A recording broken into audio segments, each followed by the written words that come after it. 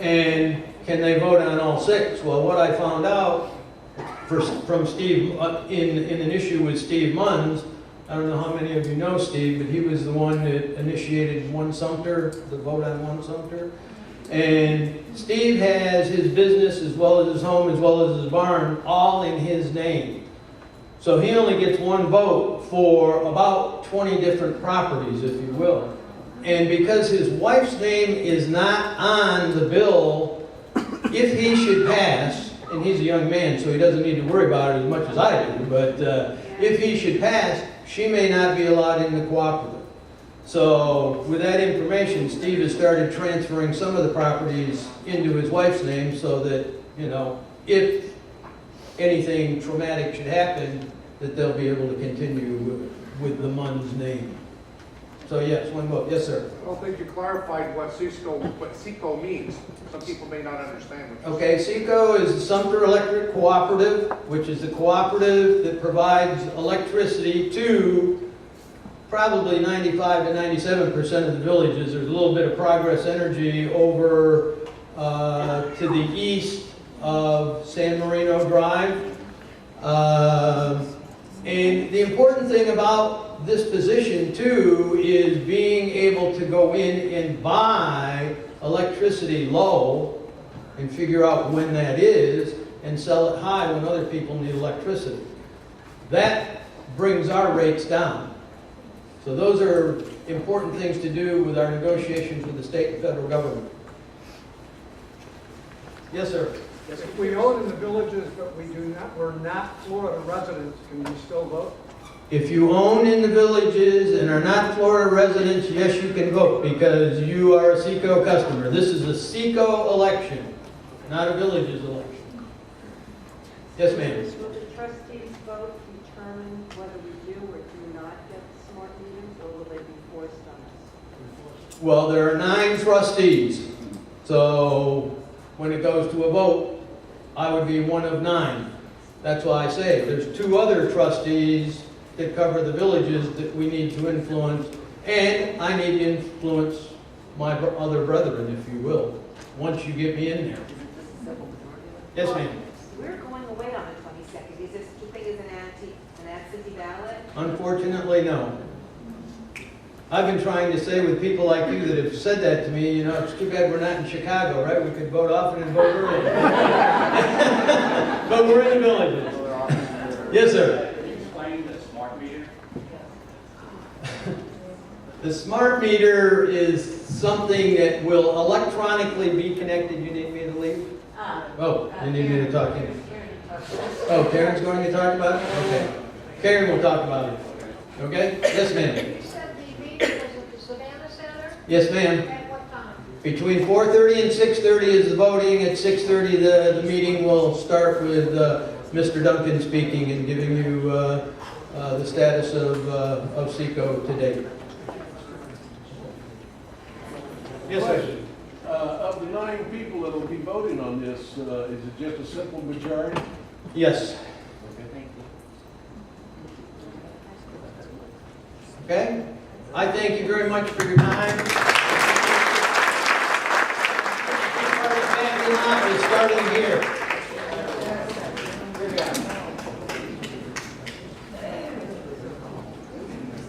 We'll have this information up on our website about September 22nd and not September, January 22nd, okay, and the time.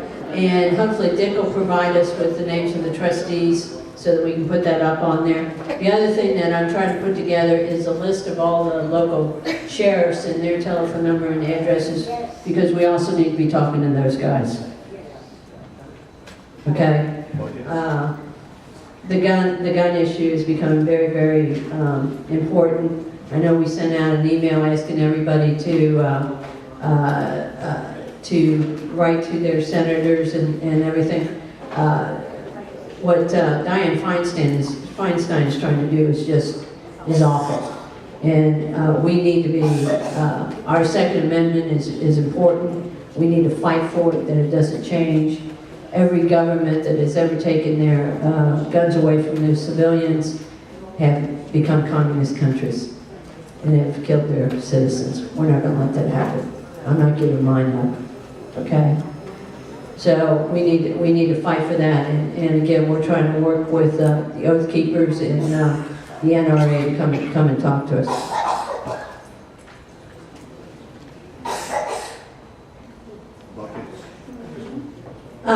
Mel is going to pass out the buckets tonight. Please be generous with your offerings. We do have to pay for the rooms, and between the rooms and the speakers, we're to break even is about $550 tonight. The other thing is I want to thank real quick Myrna. Is it Myrna? Myrna and her husband Tom, and her brother is in from Pennsylvania tonight. Let me tell you what they've done for us, because they weren't here the last time I made this announcement. They actually donated, can I say the amount? They donated $1,000 to the village's Tea Party. And yes, please, they're at the top of our contributor page.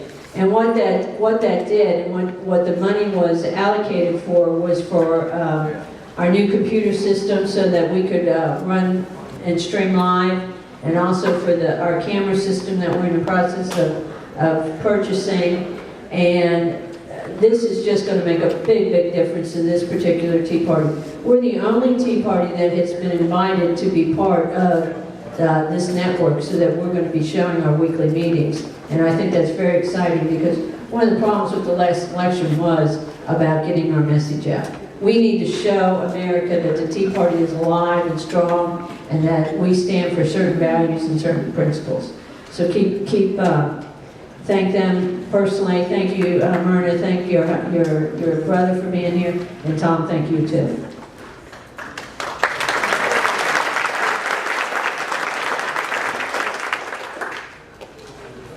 I know Karen's dying to get up here.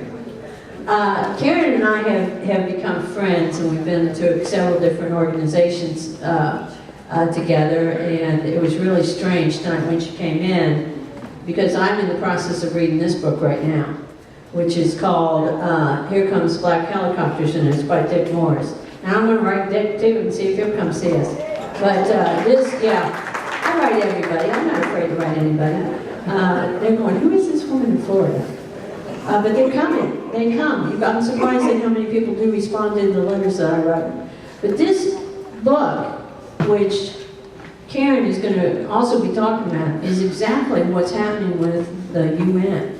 And the treaties that are being passed that don't go through our normal Congress and legislation, but they're tying our country up to treaties that we absolutely have no control, no power, no vote, no say, or whatever. And it's destroying our country. Please, get this book, read it, be educated about the different treaties that they're trying to play.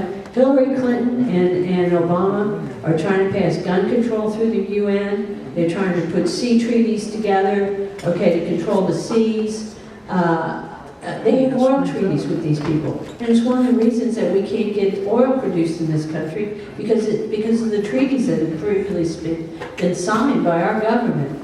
And it's not like we can vote them out. We have no say or control over the treaties that they're passing. So please, be educated. Get this book, and we'll see if Dick Morris will come and talk to us sometime soon. But Karen and I have discussed Agenda 21 several times. And one of the reasons she hasn't been with us prior is because we were all worried and concentrating about the election. The election's over. Let me tell you, Agenda 21 is a serious issue. That's not about energy, it's not about education, it's not about our financial system, it's not about human rights. It is about human existence. And everything that we touch, everything that we do. It affects every aspect of our human lives. And it is a serious situation, very. And what I like about Karen and how she brings the topic up is she breaks it down into workable segments. And she makes it easy for us to understand. Yes, she might scare you, but she won't scare you into being paralyzed. She'll scare you enough to get you to do something. Karen is part of Save America. She has her own radio station. She's going to be up on this network. In fact, her husband is also filming her production tonight, her presentation. And let me tell you, I want you guys to stand up and let's give Karen Schoen a very warm and very tea-hearted welcome.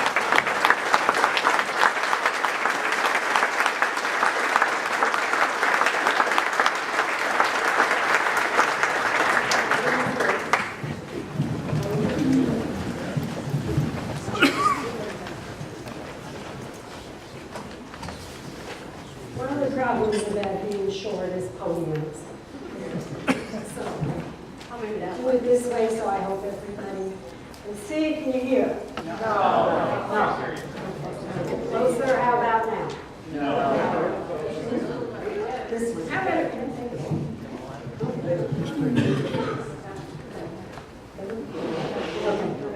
I got this one on too. Okay. Can you hear me now? Yes. Good. Yes. Okay.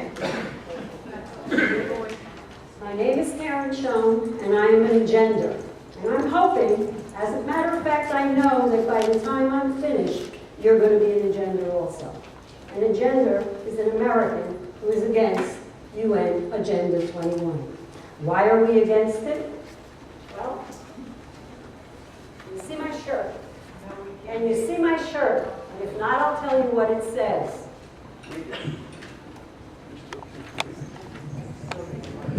Okay.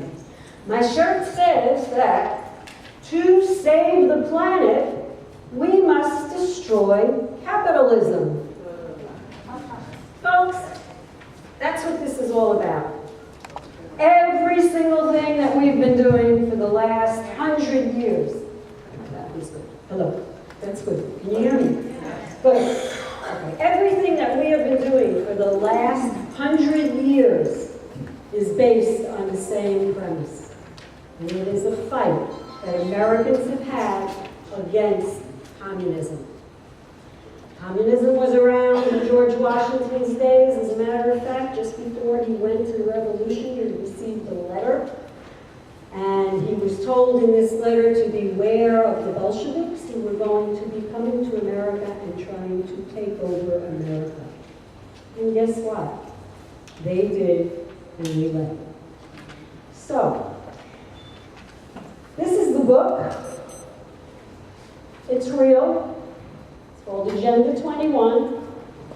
40 chapters, 300 pages of total control of every aspect of human activity.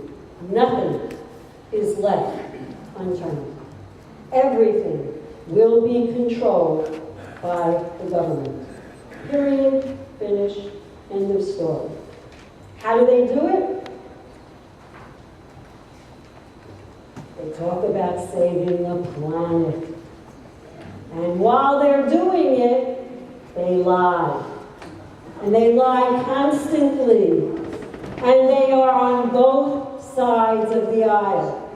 And they lie all the time. And let's talk about some of those lies. Well, first of all, one of the biggest ones is I'm going to start off with first. This is the Red Sea. How do I know it's the Red Sea? I made it the Red Sea. In here is ice and water, just like a glacier.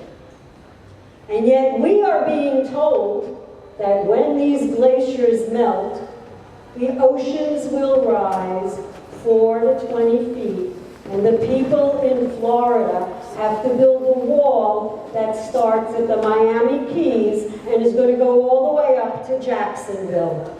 And that's part of the 750 plan. So we're going to see if it's a lie or not.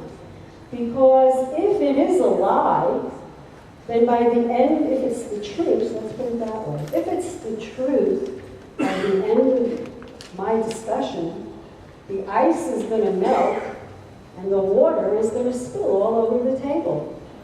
And right now, it's at the 2-cup mark. So let's see what happens when the ice melts.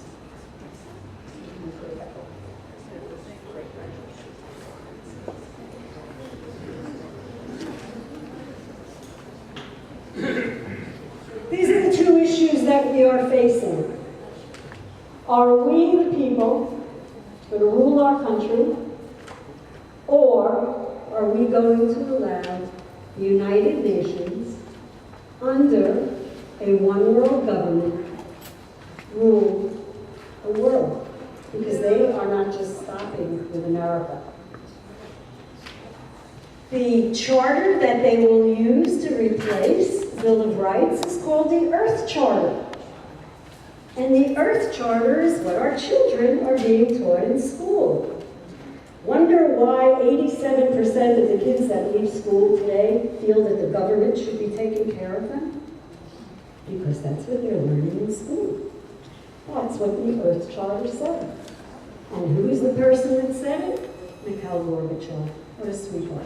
He helped Maurice Strong, who was the president, was the Secretary General of the United Nations, write Agenda 21. We're so fortunate to have him.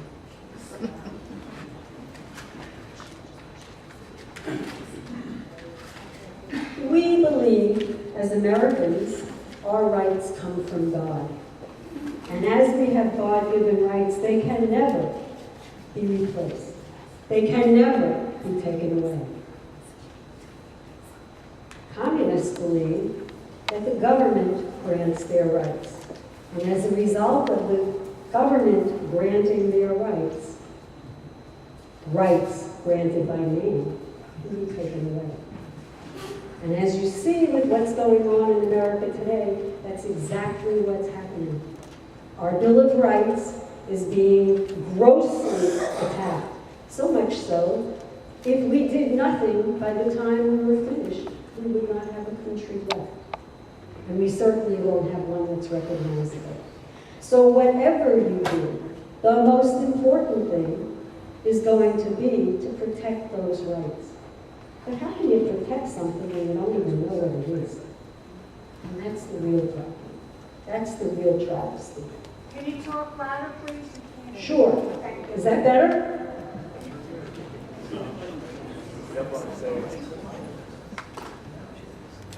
We are working with a scenario that is an old-time scenario and was recognized by John Kennedy.